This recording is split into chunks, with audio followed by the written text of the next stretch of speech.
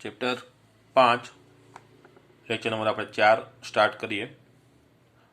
સૌ પહેલાં આપણે થિયરી જોઈશું અને આ જે થિયરી છે એ ચેપ્ટર 5 માટે ખૂબ અગત્યની છે, જે સંકર સંખ્યાની પૂરી સમજ માટેનો એક મહત્ત્વનો મુદ્દો કહી શકાય, બરાબર। અને JEE સેક્શનમાં જ્યારે તમે સંકર સંખ્યાને સંગત દાખલા ગણશો તો આ કન્સેપ્ટ ક્લિયર હશે તો ત્યાંનું ગણિત તમારા માટે ઘણું સરળ થઈ જશે, બરાબર। એટલે ખૂબ ધ્યાનથી આજની બધી જ થિયરીઓ સમજજો, તૈયાર કરજો। શબ્દશ કંઈ ગોખવાનું જરૂર નથી ક્યાંય, પણ દરેકના કન્ટેન્ટ મગજમાં હોવા જોઈએ। દરેક પોઈન્ટ ઉપર શું કહેવામાં આવે છે એ ધ્યાનથી સાંભળજો અને યાદ રાખવાનો પ્રયત્ન કરજો। જરૂર પડે તો લેક્ચર ભલે બીજી વાર જોવું પડે, પણ પરફેક્ટ દિમાગમાં બેસે એવી તૈયારી કરજો, બરાબર છે। તો શરૂઆત કરીએ છીએ। જે યામ સમતલના પ્રત્યેક બિંદુને અનન્ય સંકર સંખ્યા સાથે સંગત કરી શકાય તેને સંકર સમતલ અથવા આર્ગંડ સમતલ કહેવાય છે। ખ્યાલ આવી ગયો? જે યામ સમતલના દરેક બિંદુને વાય અક્ષ અને એક્સ અક્ષ અક્ષોથી 4 ચરણ બને, કોઈ પણ જગ્યાએ બિંદુ આવે, દરેક બિંદુને સંગત કોઈને કોઈ એક ક્રમયુગ જોડાયેલી હોય, આને શોર્ટમાં આપણે યામ સમતલ કહીએ છીએ। તો આ યામ સમતલના દરેક બિંદુને આપણે અનન્ય સંકર સંખ્યા સાથે જો જોડી શકીએ, બરાબર, તો આવા સમતલને આપણે સંકર સમતલ કહીશું અથવા તો આર્ગંડ સમતલ કહીશું। ક્લિયર? સમજવા માટે જુઓ, ધારો કે z બરાબર a પ્લસ IB એક સંકર સંખ્યા મેં લીધેલી છે, બરાબર, જ્યાં a વાસ્તવિક ભાગ છે અને આ કાલ્પનિક ભાગ છે b। તો આ ઝેડનું આર્ગંડ સમતલમાં નિરૂપણ બિંદુ p કહું તો pના યામ x યામ a, y યામ b થશે। એટલે વાસ્તવિક ભાગ એ x યામ બને છે, કાલ્પનિક ભાગ y યામ બને છે। ખ્યાલ આવી ગયો? જેને યામ સમતલમાં આ પ્રમાણે આપણે દર્શાવી શકીએ। માનો કે a અને b બંને ધન છે એવું માની લઈએ, તો પછી એને સંગત બિંદુ p પહેલા ચરણમાં મળે આપણને। a ઋણ અને b ધન હશે તો ચરણ 2માં મળશે બિંદુ p। a અને b બંને ઋણ હોય તો બિંદુ p ચરણ 3માં મળે। a ધન અને b ઋણ હશે તો તેને સંગત બિંદુ p આપણને ચતુર્થ ચરણમાં મળે। ખ્યાલ આવી ગયો? ટૂંકમાં સંકર સંખ્યાને સંગત આપણને બિંદુ કોઈ મળે અને એ બિંદુ પીનું જે યામ સમતલમાં આપણે નિરૂપણ કરીએ એ યામ સમતલને આપણે આર્ગંડ સમતલ અથવા તો સંકર સમતલ કહીશું। આર્ગંડ સમતલ અથવા તો સંકર સમતલ। ક્લિયર? આ થિયરીનો આપણે પહેલો મુદ્દો જોયો, આર્ગંડ સમતલ અથવા સંકર સમતલ। હવે આ જ મુદ્દામાં આપણે બીજા 2 ટોપિક ઉમેરીએ છીએ આ જ આકૃતિ પરથી। હવે જો આ ઉગમ બિંદુ O છે, જેના યામ 0 0 હોય, આ બિંદુ P છે। બિંદુ P ને મેં ઉગમ બિંદુથી જોડતો એક રેખાખંડ બનાવ્યો છે, એટલે O થી P શું કહેવાય? તો OP એ બિંદુ Pનું ઉગમ બિંદુથી અંતર છે, પહેલી વસ્તુ, બરાબર। અચ્છા, બીજી વસ્તુ, આ OP અને એનો OX સાથેનો ખૂણો મેં અહીંયા થીટા બતાવેલો છે, એટલે ખૂણો POX કહો અથવા XOP। આકૃતિમાંથી આપણે આટલી વસ્તુ ધ્યાનમાં રાખવાની છે, બરાબર। તો હવે આપણને O થી P નું અંતર શોધવું હોય, બરાબર, 2 બિંદુ વચ્ચેનું અંતર આપણે શોધવાનું સૂત્ર તમે 10મા ધોરણમાં ભણીને આવ્યા છો। x યામનો તફાવત a - 0 એનો વર્ગ વત્તા y યામનો તફાવત b - 0 એનો વર્ગ, એટલે a - 0 એ કહેવાય, એટલે આ a વર્ગ થઈ ગયો, b - 0 એટલે b વર્ગ થઈ ગયો। તો O થી P નું અંતર કેટલું થાય? વર્ગમૂળમાં a² b² જેટલું થાય। તો એ અંતર અને સંકર સંખ્યા z જો a બરાબર IB હોય તો એનો માનાંક આપણે અગાઉના લેક્ચરમાં શીખી ગયા કે સંકર સંખ્યા z બરાબર a પ્લસ IB હોય તો એનો માનાંક થાય √a² b²। એટલે આ √a² b² જે સંકર સંખ્યાનો માનાંક છે એ જ વસ્તુ ઉગમ બિંદુથી અંતર બતાવે છે। એટલે આકૃતિ પરથી આ મુદ્દો આપણે સમજવાનો છે કે કોઈપણ સંકર સંખ્યા z = aib હોય તેનો માનાંક જે મોડ z √a² b² કહીએ છીએ, બરાબર, એ માનાંક અને બિંદુ પીનું ઉગમ બિંદુથી અંતર બંને કેવું હોય છે? સરખું હોય છે, બરાબર. એટલે z = a + ib નો માનાંક થાય જે ઉગમ બિંદુઓનું પીથી અંતર બતાવે છે. ક્લિયર? અને બીજો મુદ્દો, અહીંયા જે આકૃતિમાં આપણે સમજ્યા પ્રમાણે ઓપી શું થાય? √a² b² જે સંકર સંખ્યાનો માનાંક કહેવાય. આ બંને વસ્તુને આપણે સાથે જોડી દીધી છે, બરાબર. એટલે કોઈપણ બિંદુનું ઉગમ બિંદુથી અંતર એટલે તે બિંદુનો માનાંક, બરાબર, તે બિંદુને સંગત સંકર સંખ્યાનો માનાંક એમ. ચાલો પછી બીજો મુદ્દો જોઈએ કે પ્રારંભિક સ્થાન OX, પ્રારંભિક સ્થાન OX એટલે આ લાઈન કહું છું OX, બરાબર. પ્રારંભિક સ્થાન OX હોય તેવા કિરણનું આ કિરણ થયું OX, જોવાની વાત કરું છું, આ કિરણ OX.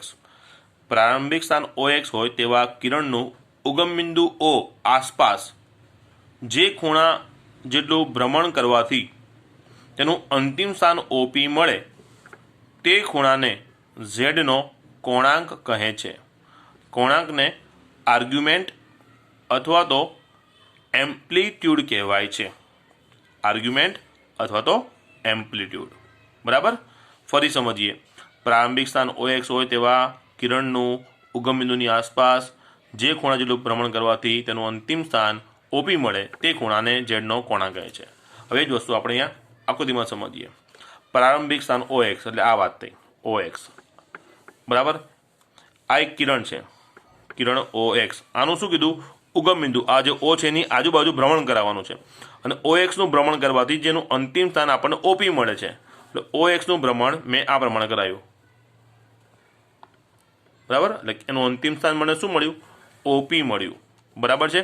તો આ OX થી OP સુધી જવા માટે જેટલા ખૂણાનું ભ્રમણ કર્યું એ ખૂણો મેં અહીંયા થીટા તરીકે દર્શાવેલો છે. તો આ જે ખૂણો મળ્યો એને શું કહેવાય છે? સંકર સંખ્યા Z નો કોણાંક કહેવાય છે. ક્લિયર? આ ખૂણાને સંકર સંખ્યાનો શું કહેવાય છે? કોણાંક કહેવાય છે. ખ્યાલ આવી ગયો? અને આ કોણાંકને આર્ગ્યુમેન્ટ કહેવાય છે અને આ શબ્દના પરથી Z નો કોણાંક સંકેતમાં ARG ઓફ Z વડે દર્શાવાય છે, બરાબર. એટલે જેને સંકેતમાં ARG ઓફ Z વડે દર્શાવાય. જેને એટલે કોને? તો ઝેડના કોણાંકને આપણે આર્ગ્યુમેન્ટ ઓફ Z, જેને ટૂંકમાં કીધું છે ARG ઓફ Z. ક્લિયર? અહીંયા જે આકૃતિ દોરી છે એમાં ખૂણો જે કોણાંક બતાવ્યો હતો કેટલો બતાવ્યો હતો? આપણે થીટા જેટલો બતાવ્યો હતો. તો આકૃતિ પરથી આપણે લખી શકીએ ARG of Z, that means argument of Z, એટલે કે Z નો કોણાંક કેટલો છે? તો કે થીટા જેટલો. ક્લિયર? એટલે આપણે જે પહેલી આકૃતિ દોરી એના પરથી આપણે બે મુદ્દા જોયા. એક મુખ્ય કોણાંક, બરાબર, અને આ થીટા જે મુખ્ય કોણાંક. અને બીજી વસ્તુ કોઈપણ બિંદુનું ઉગમ બિંદુથી અંતર, બરાબર, એ અંતરે બિંદુને સંગત જે સંકર સંખ્યા છે એ સંકર સંખ્યાના માનાંક જેટલું હોય છે, બરાબર. આ બે મુદ્દા આપણે અહીંયા ભણ્યા છીએ. ચાલો એના પછીનો મુદ્દો છે RC પ્રતિબિંબ, જેને કહેવાય છે મિરર ઇમેજ, બરાબર. ચાલો સમજીએ. ધારો કે કોઈ એક સંકર સંખ્યા Z = a + ib છે, તો આ સંકર સંખ્યાને સંગત તેની અનુબદ્ધ સંકર સંખ્યા Z બાર શું થાય? તો અનુબદ્ધ સંકર સંખ્યામાં આપણે સમજ્યા છીએ કાલ્પનિક ભાગનું ચિહ્ન બદલાય, a - ib થઈ જાય, બરાબર. તો Z = a + ib છે અને Z બાર એને સંગત a - ib થઈ જાય. માનો કે આ સંકર સંખ્યા Z ને સંગત બિંદુ P છે અને Z બાર ને સંગત Q છે. તો P ના યામ શું થશે? AB થશે. વાસ્તવિક ભાગ A એક્સયામ બને, કાલ્પનિક ભાગ B વાયામ બને. તો એ જ પ્રમાણે Z બાર ને સંગત જે બિંદુ Q છે એનો વાસ્તવિક ભાગ A એક્સયામ બનશે અને કાલ્પનિક ભાગ જે -B કહેવાય એ વાયામ બને. હવે આ બિંદુનું હું નિરૂપણ યામ સમતલમાં કરું તો P, જ્યાં હું A અને B બંને ધન ગણું તો P એ B એ પહેલા ચરણમાં આવે અને એને સંગત Q A - B એ ચતુર્થ ચરણમાં જાય, બરાબર. એટલે જો Z ને સંગત બિંદુ P AB કીધેલું છે, Z બાર ને સંગત બિંદુ Q A - B કીધું છે. તો Z અને Z બારના આ જે આર્ગણ સમતલમાં નિરૂપણ બિંદુ મળ્યા છે એ એક્સ અક્ષની સાપેક્ષે એકબીજાના આરસી પ્રતિબિંબ છે. બિંદુ પીનું પ્રતિબિંબ ક્યુ કહી શકાય અને ક્યુનું પ્રતિબિંબ પી કહી શકાય. કોની સાપેક્ષમાં? તો એક્સ અક્ષની સાપેક્ષમાં. બરાબર. પીનું પ્રતિબિંબ એક્સ અક્ષમાં જોવું તો મને ક્યુ કહેવાય અને ક્યુનું પ્રતિબિંબ એક્સ અક્ષમાં જોવું તો પી કહેવાય. સંકર સંખ્યા અને તેની અનુબદ્ધ સંકર સંખ્યાનો યામ સમતલમાં નિરૂપણ એ એકબીજાના આરસી પ્રતિબિંબ દર્શાવે છે. ક્લિયર? ચાલો હવે થિયરીનો આપણે નો મુદ્દો સમજવા જઈ રહ્યા છે. એની પહેલા આપણે અહીંયા આકૃતિ એક સમજીએ. ધ્યાન આપજો. આ એક્સ અક્ષ, આ વાય અક્ષ, મેં બે અક્ષો બનાવી છે. એક રેખાખંડ બનાવ્યો છે. આ સ્થાને ઓ ઉગમ બિંદુ કહી દઉં તો ઓ થી પી જેને સંગત બિંદુના યામ પીને સંગત યામ એ બી દર્શાવેલા છે.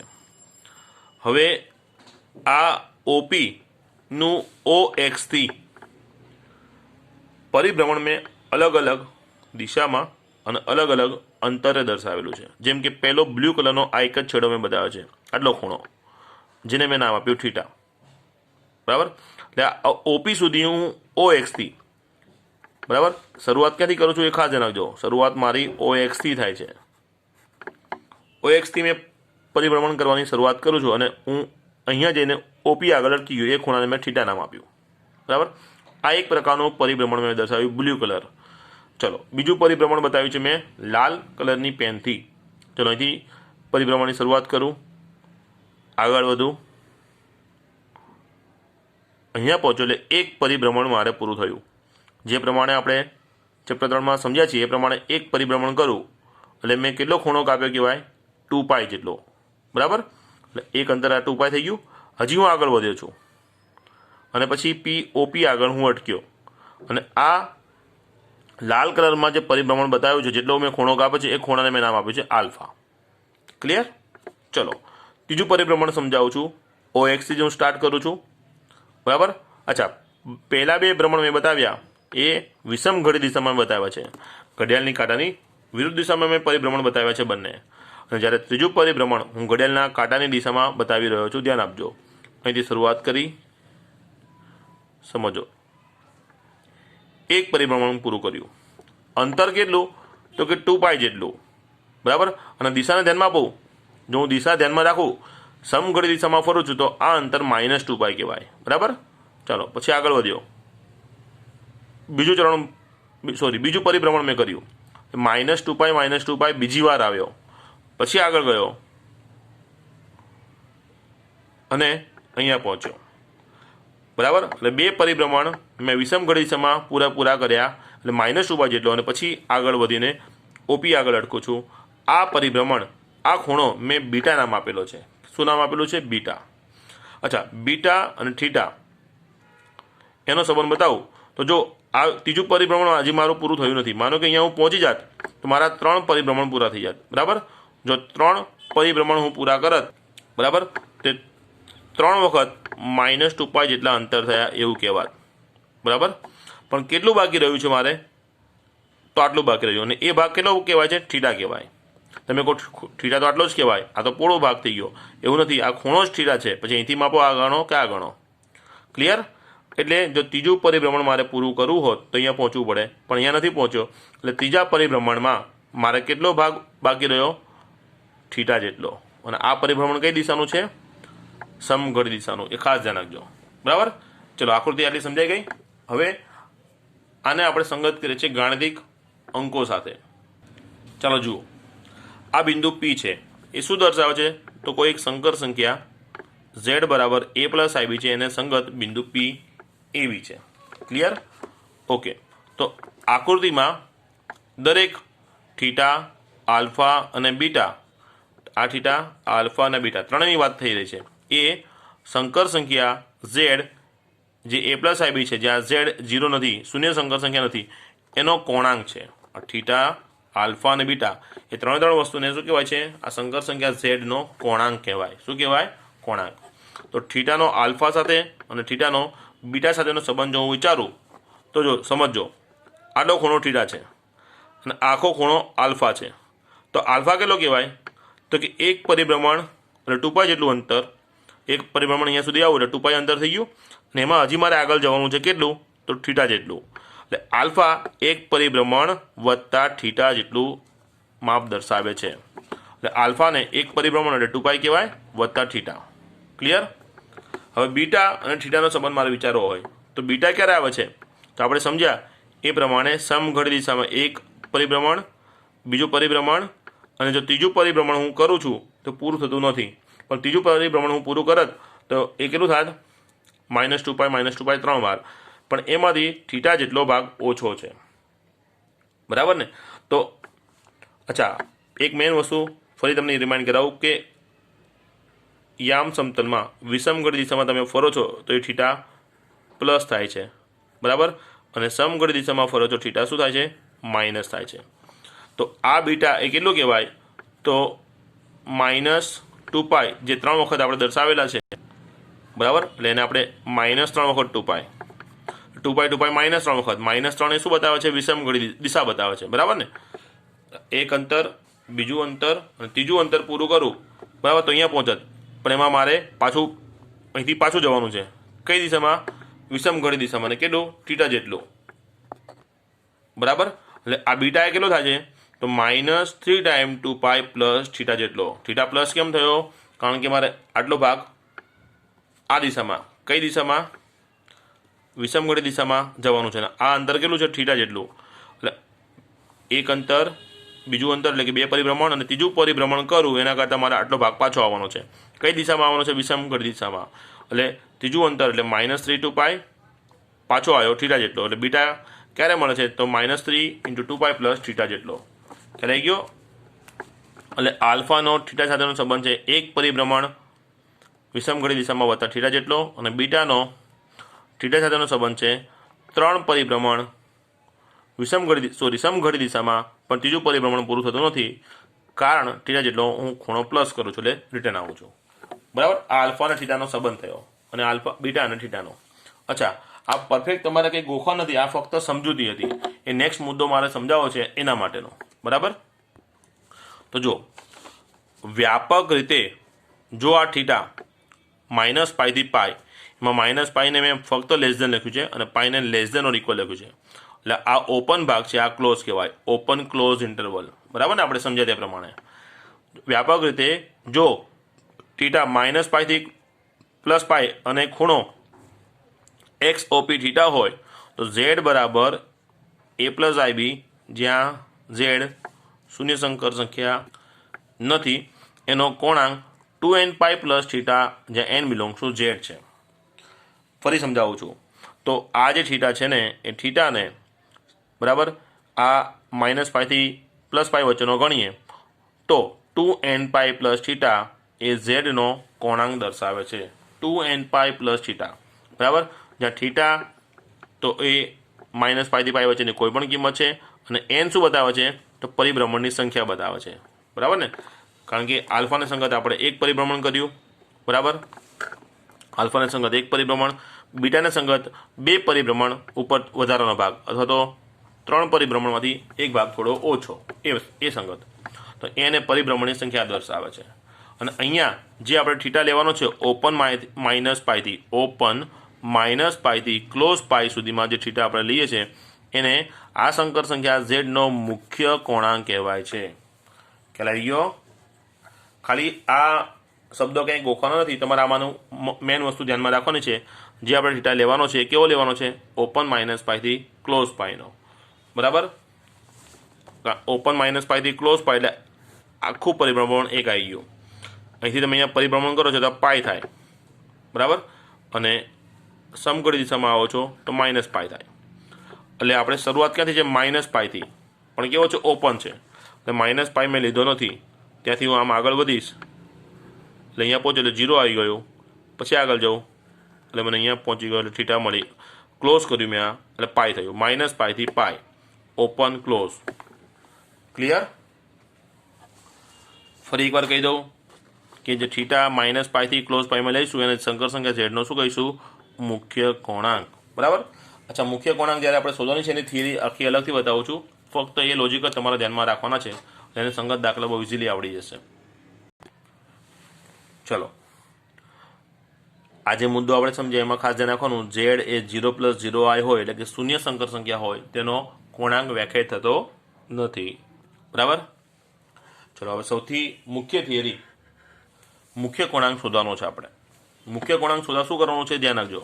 ધીમે ધીમે મુદ્દા હું સમજાવું છું. એક સંકર સંખ્યા ઝેડ બરાબર a + ib છે અને સંગત બિંદુ p a b છે, જ્યાં ઝેડ શૂન્ય સંકર સંખ્યા નથી. બરાબર. એ ઝેડને સંગત જે બિંદુ p છે પહેલા, બીજા, ત્રીજા અથવા ચતુર્થ કોઈ પણ ચરણમાં હોઈ શકે. અત્યારે સમજવા માટે મેં કોઈ પણ એક ચરણનો ઉપયોગ કરેલો છે. એ કોઈ પણ એક ચરણ તરીકે મેં પ્રથમ ચરણનો ઉપયોગ કર્યો છે. બરાબર. માનો કે બિંદુ p a b અહીંયા મેં દર્શાવેલું છે, તો એનો x યામ a છે એટલે અહીંથી આ અંતર a કહેવાય અને y યામ b છે એટલે આ ઊંચાઈ b કહેવાય. ક્લિયર? તો આ બિંદુ p ને ઉગમ બિંદુથી આ પ્રમાણે જોડું તો અહીંયા મને કાટકોણ ત્રિકોણ મળે. આ કાટકોણ ત્રિકોણમાં o થી p એ તે કર્ણ છે. આ ખૂણો આલ્ફા ગણું તો આલ્ફાને સંગત a એ પાસેની બાજુ છે, આલ્ફાને સંગત b તે સામેની બાજુ છે. ચલો, આટલી વસ્તુ ક્લિયર થઈ ગઈ. તો આ આકૃતિ પરથી આ ખૂણાને સંગત આ સામેની બાજુ અને આ ખૂણાને સંગત આ પાસેની બાજુ છે, તો tan આલ્ફા હું સૂત્ર એપ્લાય કરું તો સામેની બાજુ ભાગ્યા પાસેની બાજુ b/a. આટલી વસ્તુ મને મળે. અચ્છા, આપણે હમણાં કીધું મેં એ પ્રમાણે આ બિંદુ p ચારમાંથી કોઈ પણ ચરણમાં હોઈ શકે. બરાબર. તો એ b અને a ધન ઋણ બંને ઋણ ગમે તે પોઈન્ટમાં હોઈ શકે. બરાબર છે. તો એ વસ્તુને ધ્યાનમાં રાખીને અહીંયા મેં માનાંક કરેલો છે વ્યાપક રીતે કોઈ પણ ચરણના બિંદુ માટે. તો આ સૂત્ર પરથી સૌથી પહેલાં આપણે આલ્ફા શોધીશું.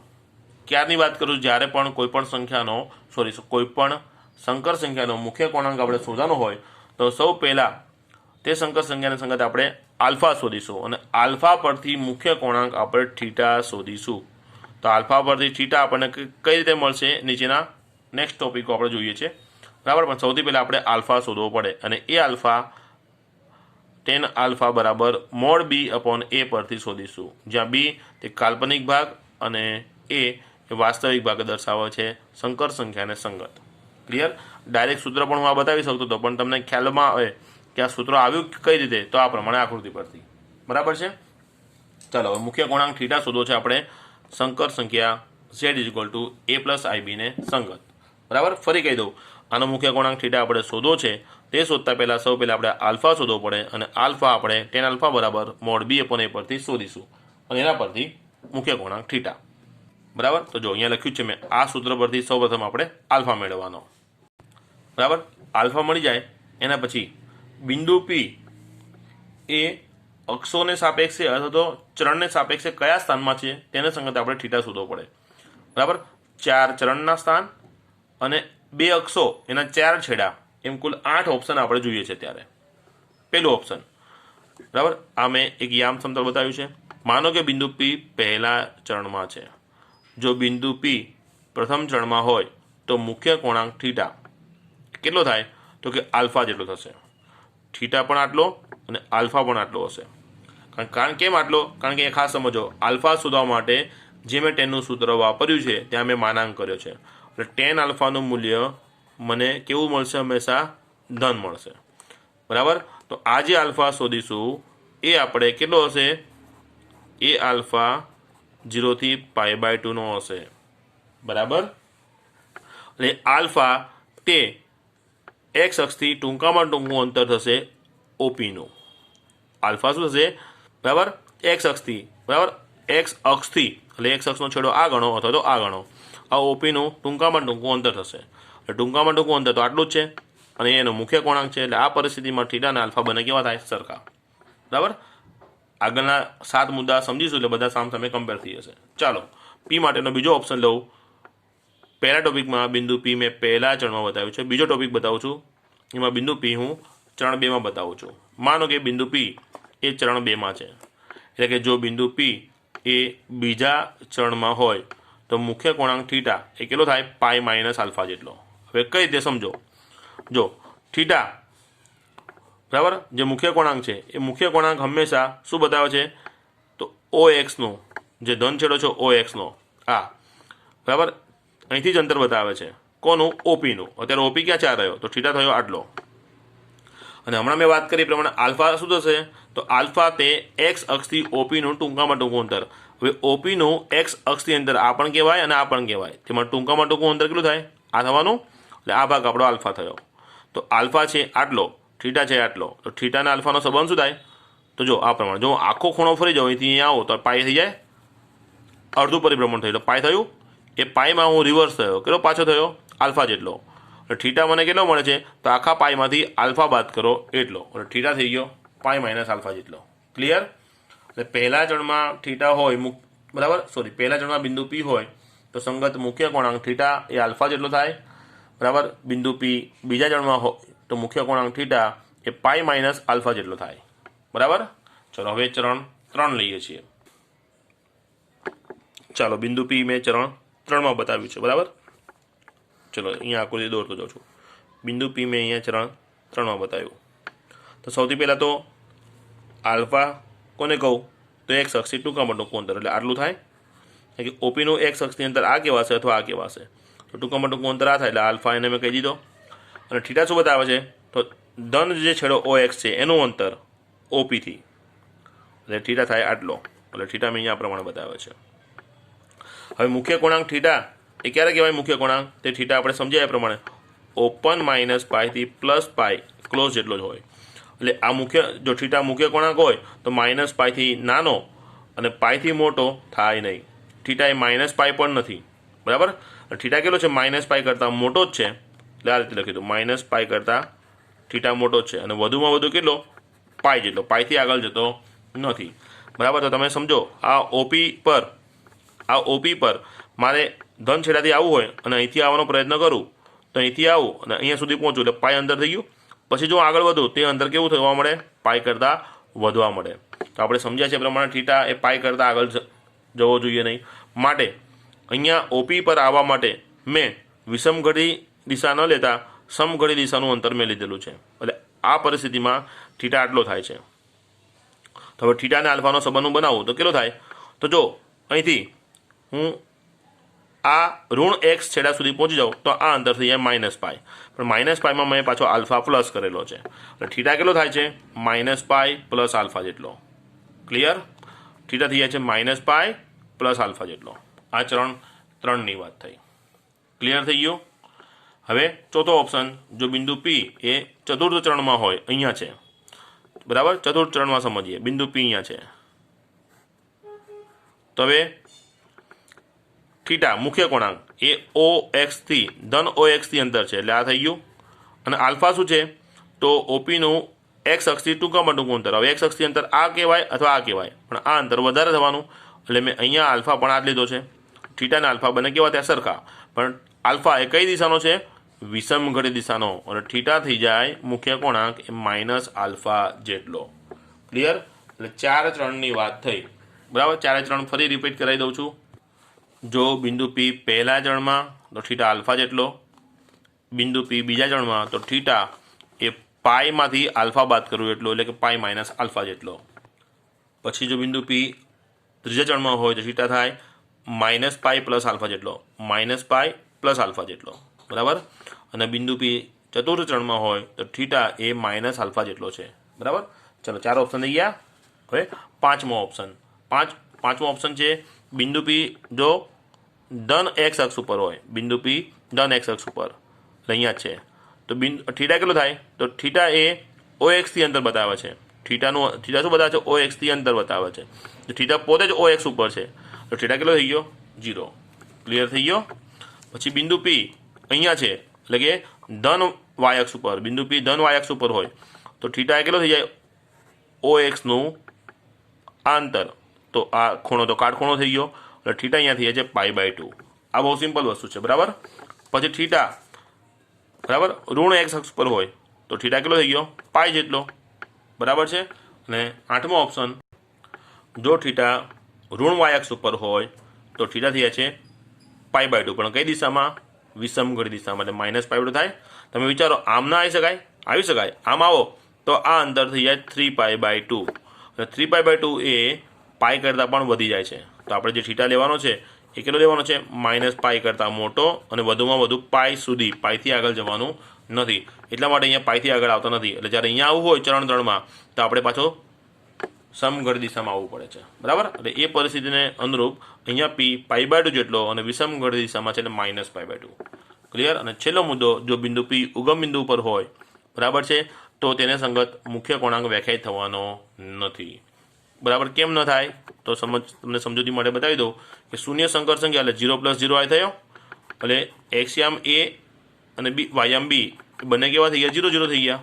તો એને સંગત જ્યારે હું tan આલ્ફા શોધીશ તો સૂત્ર હું મૂકીશ b/a, જેમાં બંને 0 થઈ ગયા, એટલે 0/0, જે અવ્યાખ્યાયિત પરિસ્થિતિ છે. એટલા માટે અહીંયા કહેવામાં આવે છે કે બિંદુ પી ને, બરાબર, ઉગમ બિંદુના સ્થાન ઉપર દર્શાવેલું હોય તેનું એને સંગત મુખ્ય કોણાંક વ્યાખ્યાયિત થતો નથી. બરાબર. ટોટલ 9 પોઈન્ટ થયા. બરાબર. શોર્ટમાં સમજી લઈએ ફરી એકવાર.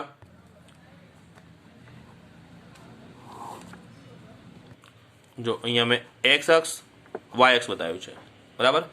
બિંદુ પી પહેલા ચરણમાં હોય તો થીટા બરાબર આલ્ફા, બરાબર. બિંદુ પી બીજા ચરણમાં હોય તો થીટા કેટલો થાય? પાઈમાંથી આલ્ફા બાદ કર્યો એટલે પાઈ - આલ્ફા જેટલો. બિંદુ પી ત્રીજા ચરણમાં હોય તો થીટા કેટલો થાય? -પાઈમાં આલ્ફા ઉમેર્યો એટલો થીટા થઈ જાય -પાઈ + આલ્ફા. અને બિંદુ પી ચતુર્થ ચરણમાં હોય તો થીટા થઈ જાય છે -આલ્ફા. ક્લિયર. આ 4 ટોપિક થઈ ગયા. બિંદુ પી એક્સ અક્ષ ઉપર છે, બરાબર, તો થીટા થઈ જાય 0. બિંદુ પી ધન વાય અક્ષ ઉપર છે, તેને સંગત થીટા થઈ જાય π/2. ખ્યાલ આવે ને? બિંદુ પી ઋણ એક્સ અક્ષ ઉપર છે તો એને સંગત થીટા થઈ જાય પાઈ જેટલો. અને બિંદુ પી ઋણ વાય અક્ષ ઉપર છે તેને સંગત થીટા થઈ જાય -π/2. અને બિંદુ પી ઉગમ બિંદુ પર હોય તો એને સંગત થીટા વ્યાખ્યાયિત થતો નથી. ક્લિયર. 9 ટોપિક આપણે આ પરિસ્થિતિમાં જોઈ લીધા. હવે આ લેક્ચરનો છેલ્લો ટોપિક થિયરી તરીકે, ચાલો, છેલ્લો ટોપિક છે સંકર સંખ્યાનું ધ્રુવીય સ્વરૂપ. એક સંકર સંખ્યા z = a + ib છે, બરાબર. એ સંકર સંખ્યાને સંગત યામ સમતલનું નિરૂપણ બિંદુ પી ગણું તો એને p of z કહું, જે થશે આપણે p of ab. એ આગળ સમજ્યા પ્રમાણે p of z અથવા pab કહું એ અહીંયા સ્થાન છે. તો OP OX થી થીટા જેટલા પરિભ્રમણના અંતરે દર્શાવેલું છે. તો O થી P નું અંતર હું r ગણું તો એ અંતર શું બતાવે છે? સંકર સંખ્યાના માનાંક જેટલું કહેવાય. એટલે r એ સંકર સંખ્યાનો ઝેડનો માનાંક છે. એ આપણે પહેલા જ ટોપિકમાં સમજ્યા હતા આ લેક્ચરના, બરાબર. એટલે r કહું કે મોડ ઝેડ કહું, બંને સરખા થઈ ગયા. જો બિંદુ P નું ઉગમ બિંદુથી અંતર r હોય તો r એ મોડ ઝેડ જેટલું સંકર સંખ્યાનો માનાંક છે √a²b². અને બીજા અર્થમાં કહું, બિંદુ P જેના યામ AB છે, ઉગમ બિંદુ O 0 0 હોય તો O થી P નું અંતર થાય a-0² એટલે a², b-0² એટલે b², એનું વર્ગમૂળ. એટલે r અને મોડ ઝેડ સરખા છે. એ કેટલા છે? √a²b² જેટલા. તો આ જે p of z, p of ab કહું, બરાબર, તો એ કેટલો થાય છે? r cos θ જેટલો, અને b થાય છે r sin θ જેટલો. હવે કઈ રીતે? તો જો અહીંયા હું આ ત્રિકોણ કમ્પ્લીટ કરું તો O થી આ બિંદુ M કહું તો O થી M નું અંતર a થાય અને P થી M નું અંતર b કહેવાય, બરાબર. તો થીટાના સંદર્ભમાં આ પાછળની બાજુ છે, આ એનો કર્ણ છે. હવે અહીંયા હું cos θ લખું તો cos θ શું થાય? પાછળની બાજુ a ભાગ્યા કર્ણ r. એટલે અહીંથી a ને કરતા બનાવો તો a કેટલો થાય? r cos θ જેટલો થાય. એટલે a બરાબર મેં r cos θ લખ્યા. ક્લિયર. હવે એ જ પ્રમાણે થીટા ખૂણાને સંગત આ સામેની બાજુ છે એટલે હું એને sin θ થી લખું તો sin θ બરાબર સામેની બાજુ ભાગ્યા કર્ણ એટલે b/r. અને અહીંથી હું b ને કરતા બનાવું તો b મારા માટે થઈ જાય છે r sin θ જેટલા, બરાબર. તો હવે આ બેનો ગુણોત્તર tan θ થઈ જાય, જે b/a થઈ જાય, જે આગળના ટોપિકમાં પણ આપણે ઉપયોગ કર્યો, બરાબર. ચલો, તો p of z p of ab થાય છે. a બરાબર r cos θ અને b બરાબર r sin θ મેં લખી નાખ્યા છે. એટલે કે a બરાબર r cos θ, b બરાબર r sin θ, બરાબર. તો સંકર સંખ્યા જે z બરાબર a + ib હતી એમાં a ની કિંમત r cos θ, b ની કિંમત મેં r sin θ લખી. બંનેમાંથી r કોમન રાખીને લખો અહીંયા તો z = r cos θ + i sin θ થાય. આને z બરાબર જે r cos θ + i sin θ લખ્યું એને z નું ધ્રુવીય સ્વરૂપ કહે છે. ક્લિયર. અને ઝેડનું ધ્રુવીય સ્વરૂપ લખું તો આર છે સંકર સંખ્યાનો માનાંક, થીટા છે સંકર સંખ્યાનો મુખ્ય કોણાંક, બરાબર. આટલું યાદ તમારે રાખવાનું છે. તો આ થિયરી પરફેક્ટ બધી વસ્તુ તૈયાર રાખજો, જે નેક્સ્ટ લેક્ચરમાં તમારે ઉપયોગી થશે, બરાબર. વધુ અભ્યાસ આપણે નેક્સ્ટ લેક્ચરમાં કરીશું. દરેક વસ્તુ ફેર કરતા રહેજો એટલે તમને મજા આવશે. થિયરી ગોખવાની નથી, પણ દરેક લખેલું હશે તો તમારે વાંચવાની મજા રહેશે, બરાબર. ચાલો વધુ અભ્યાસ નેક્સ્ટ લેક્ચરમાં.